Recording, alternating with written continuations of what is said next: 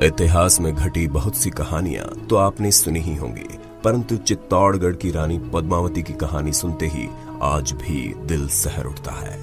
हिंदुस्तान के इतिहास में दफन वो तारीख जब दिल्ली सल्तनत में खिलजी वंश के शासक ने चित्तौड़गढ़ पर कब्जा कर लिया, आज भी सभी के जहन में है।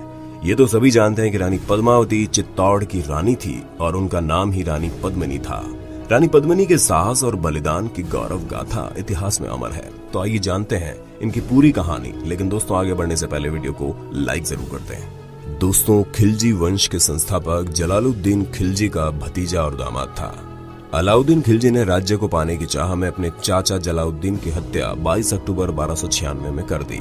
दिल्ली में स्थित बलबन के लाल महल में अपना राज्याभिषेक संपन्न करवाया।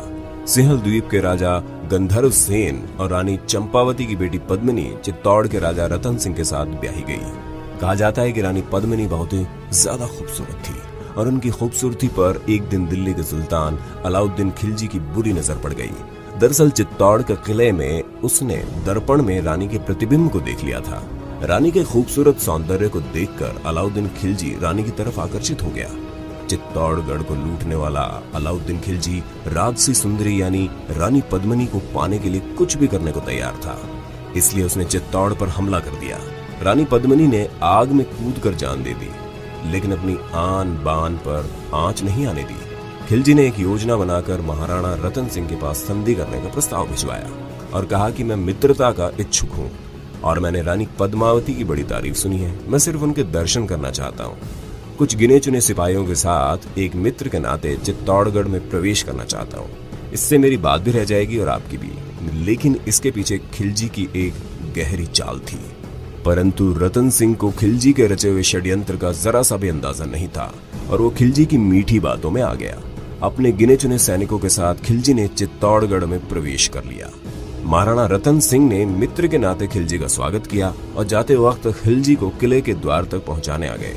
इसी बीच मौके का फायदा उठाकर खिलजी ने महाराणा रतन सिंह को बंधक बना लिया। राजपूत सैनिकों ने रतन सिंह को छुड़ाने के लिए बहुत से प्रयत्न किए, लेकिन वो असफल रहे। अलाउद्दीन खिलजी ने बार बार यही कहलवाया कि जब तक रानी पद्मावती हमारे पड़ाव में नहीं आएंगी तब तक रतन सिंह को मुक्त नहीं करेंगे।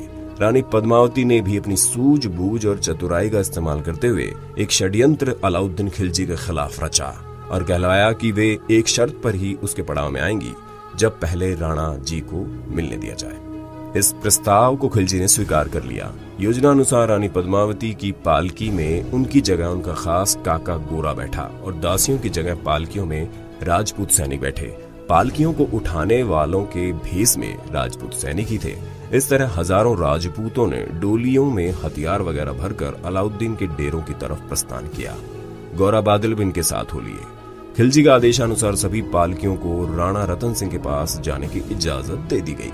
पालकियां राणा के तंबू तक पहुंची और मौका पाकर राणा रतन सिंह को किले की तरफ रवाना कर दिया। सभी योद्धा भूखे शेरों की तरह खिलजी की सेना पर टूट पड़े।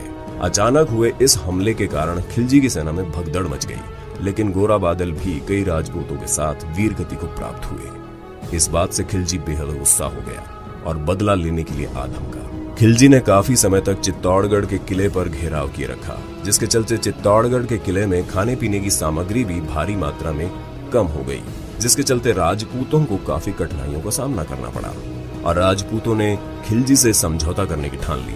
परंतु ये बात रानी को बिल्कुल भी पसंद नहीं आई।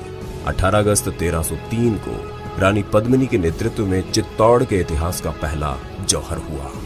अपने सतीत्व की रक्षा के लिए 1600 क्षत्राणियों ने जौहर किया। अपनी लाज बचाने के लिए उन्होंने आग में कूदकर अपनी जान दे दी और राणा ने भी केसरिया साफा बांधे व्रत का पालन करते हुए वीरगति को प्राप्त किया। जौहर पुराने समय में भारत में राजपूत स्त्रियों द्वारा की जाने वाली क्रिया थी।